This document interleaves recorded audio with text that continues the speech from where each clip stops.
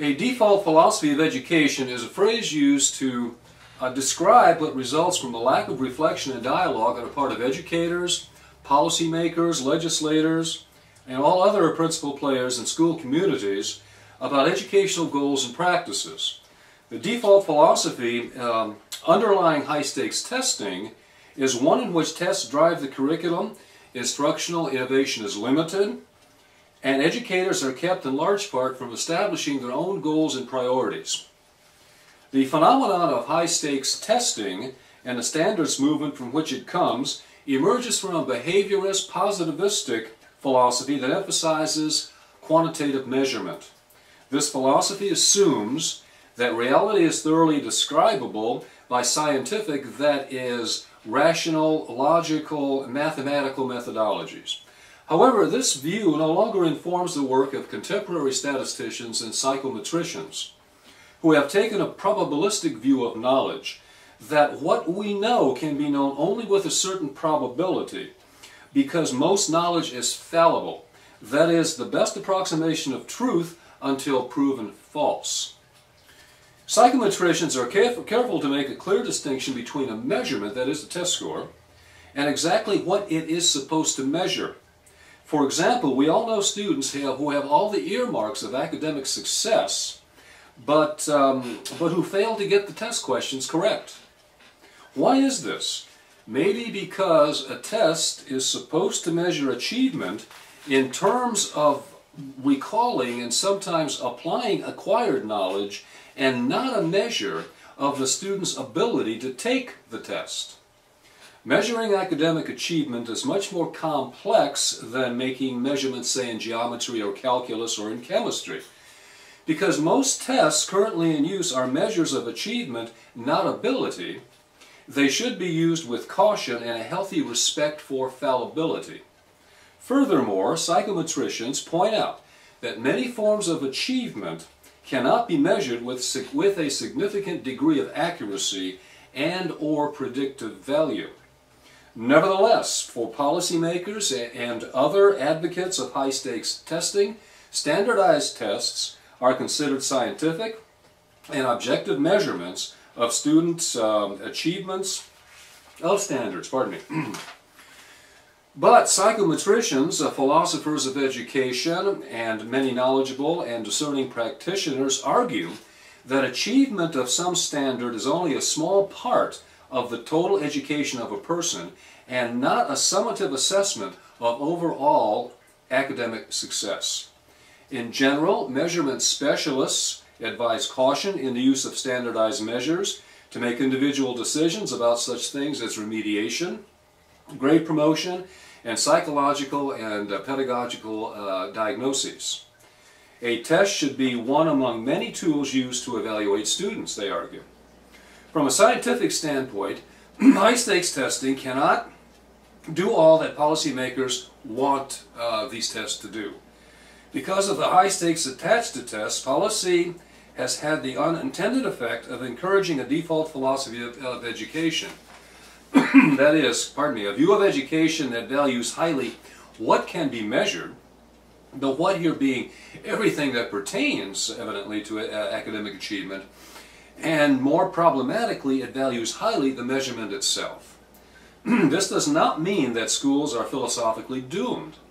However, when the default philosophy of education dominates, other possible philosophies are much more difficult to even consider, let alone implement, because conversations about the meaning and value of education cannot take place without performance on standardized tests taking center stage.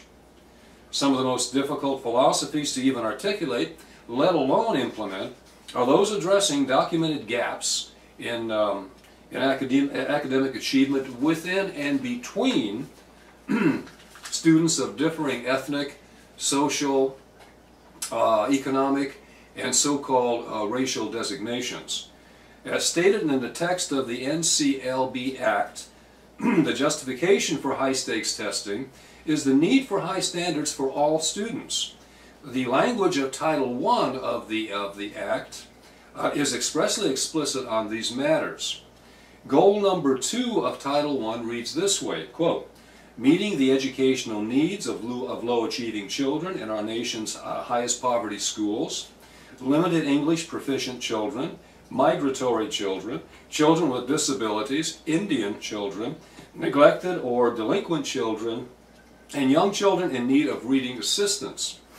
Goal number 3 reads this way, closing the achievement gap between high and low performing children, especially the achievement gaps between minority and non-minority students, and between disadvantaged and their more advantaged peers.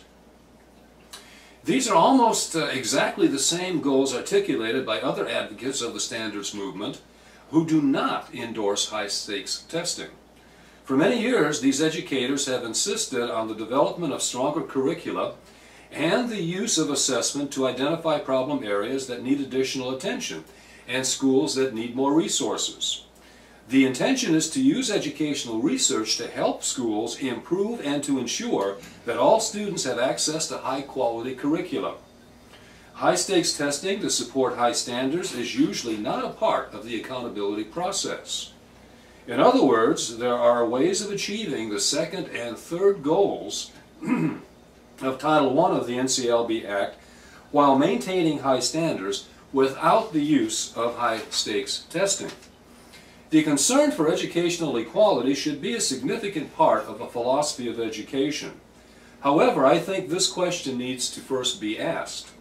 What kind of education do we want everyone to have an equal opportunity to achieve? So, what should educators do in the current context? It's not very constructive or indeed practical or realistic to ignore the contexts and pressures of high-stakes testing.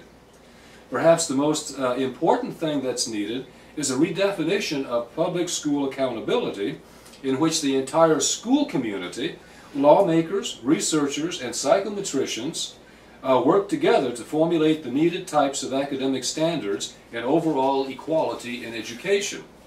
Now, here are some suggestions on how to proceed in the formulation of an educational philosophy in this current state of high-stakes testing.